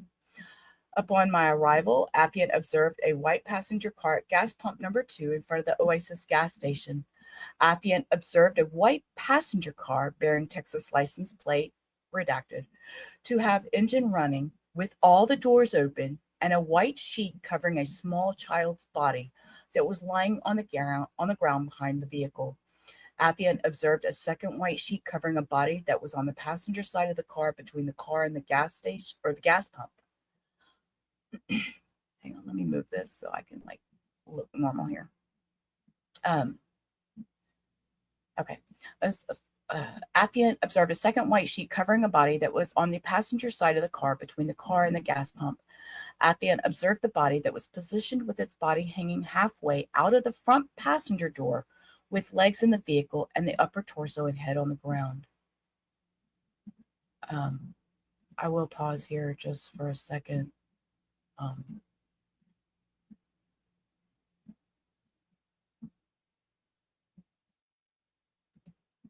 Trigger warning, because this is a lot. This is a lot. Okay, let me find my page back. Where did my page go? Where did my page go? Oh, here we go. Okay. While on scene, the store owner arrived and allowed affiant to review the Oasis surveillance footage. Affiant observed the footage showed a white passenger car arriving at the gas station and parking in front of the gas pump number 2. Affiant observed a female believed to be Oninda Romelus exit the vehicle from the front driver's seat and walk around to the gas pump. Affiant believes that Oninda Romelus was talking on her phone as she can be seen getting fuel. Once Oninda Romelus placed the fuel pump into the tank, she observed walking around to the driver's side of the vehicle, where she peers into the rear window before sitting back in the driver's seat of the vehicle. The owner of the Oasis gas station provided your affiant with fuel pump receipt, which indicated that Oninda Romelus purchased approximately $56 worth of fuel. Affiant learned from the responding deputies that when they arrived, they found Oninda Romelus outside of the vehicle and attempted to speak with her. Oninda Romelus did not respond to the deputies, but started to back away from them and the vehicle. Affiant learned that due to Oninda Romelus's actions, she was detained by the deputies, who also looked inside Oninda Romelus's vehicle while they were placing her in handcuffs. Affiant learned that the deputies observed a black male slumped over the passenger seat. Affiant learned that Deputy Vincent and Deputy Etheridge entered the vehicle to check the male's welfare and noticed the male sustained gunshot wounds. Affiant learned that while the deputies were tending to the male, they noticed 3 other children in the back seat of the vehicle who also sustained gunshot wounds. Deputies then began life-saving measures on the children, where 2 of the 4 children showed no signs of life, and the other 2 children were life-flighted to Memorial Hermann Hospital downtown. After Affiant learned of the injuries of the children sustained, Affiant attempted to speak with Oninda Romelus, who was secured in the back of Deputy Vincent's unit. Affiant did observe Oninda Romelus's hands to be secured in brown paper bags, and she appeared to be alert and aware of her surroundings. Deputy Vincent informed Affiant that Oninda Romelus had been Mirandized before Affiant made contact with her. Affiant asked Oninda Romelus to tell your Affiant what occurred, and Oninda Romelus responded, but Oninda Romelus wasn't making any sense. Affiant later requested that Oninda Romelus be transported to the Brazoria County Sheriff's Office jail. Affiant returned to the sheriff's office and requested jail staff escort Oninda Romelus to the CID office and be placed in interview room number 1 to be interviewed. When Oninda Romelus arrived, Affiant asked her if she wanted to speak with me, and she stated she would talk to your Affiant. Affiant asked Oninda Romelus several times to come to the interview room and speak with your Affiant, as she appeared paranoid about her surroundings and continued to look out of the door.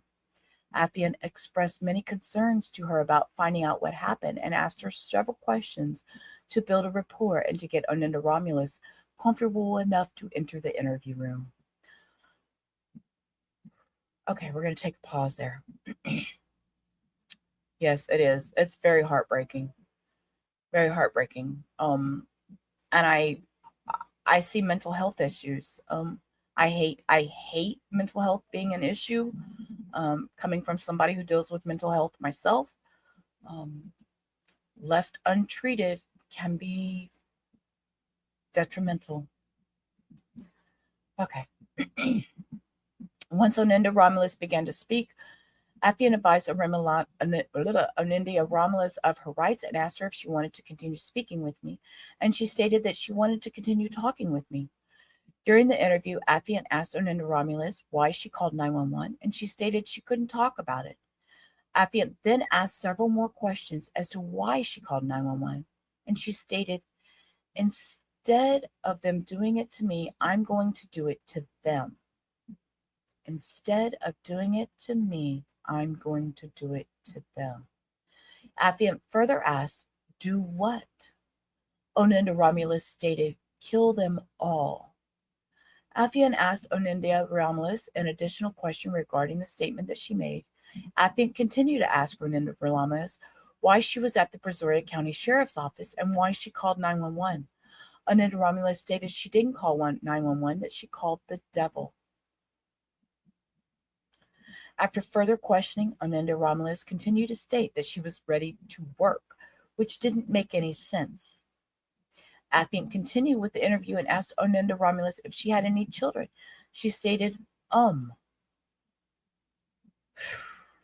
Affiant further asked how many children she has, and Oninda Romelus replied she has 4 children, naming them and stating their ages.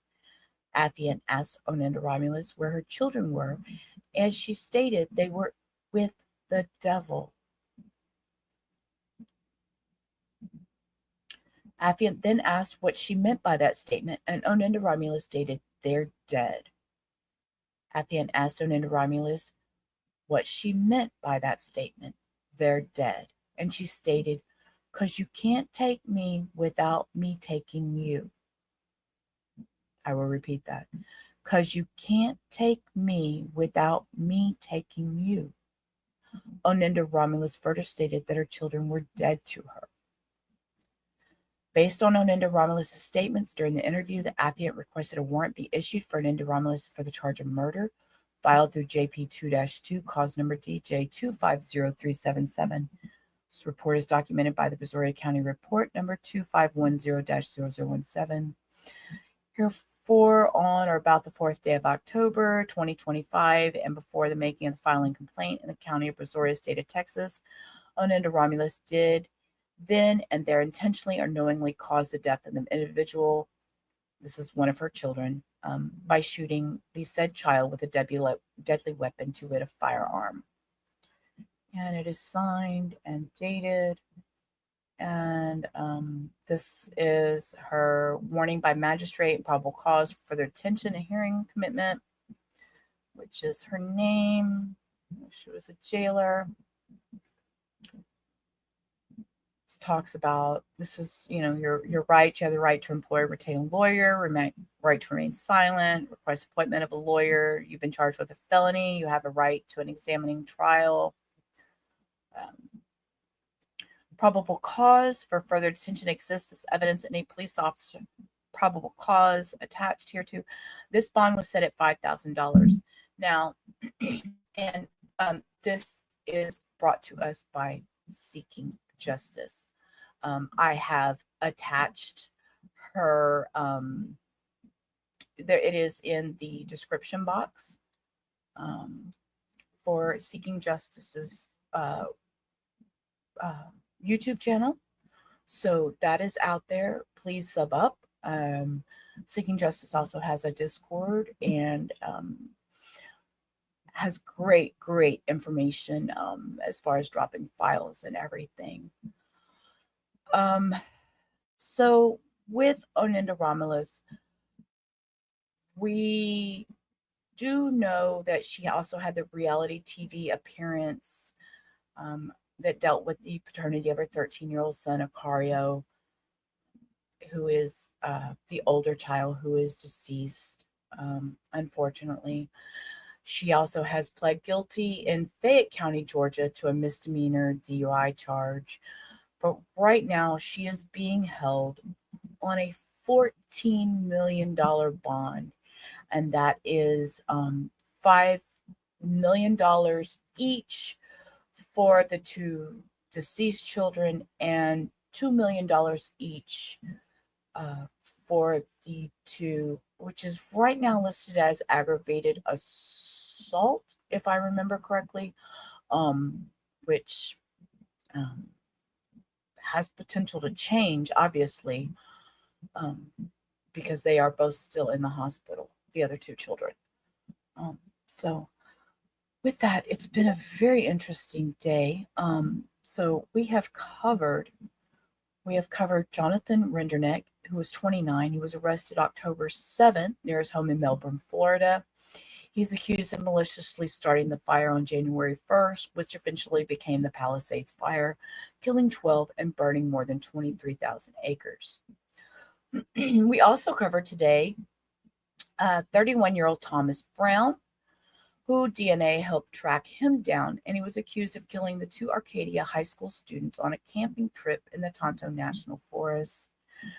We also covered the 4 deceased in the Houston Sugarland incident, which was reported initially as a road rage shooting and was changed over to a murder suicide.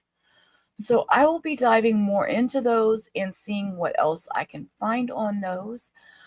I know today was a short stream, but I just kind of wanted to throw something different at everybody. Hey, Lois, I didn't see you sneak in here. Good evening. It's been heavy. I just kind of threw a few things together just to talk about and see how everybody felt about that. So I will see what more documents I can pull and we can review.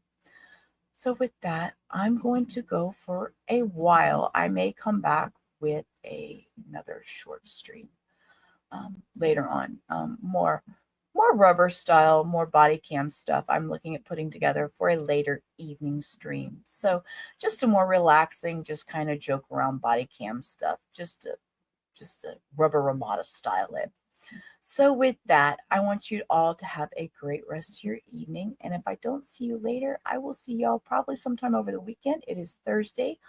I don't normally stream on Fridays. That is my day with my man. So I want you all to have a great rest of your evening. Go outside, touch grass, watch the clouds roll by. And till tomorrow or when I see you next. Peace.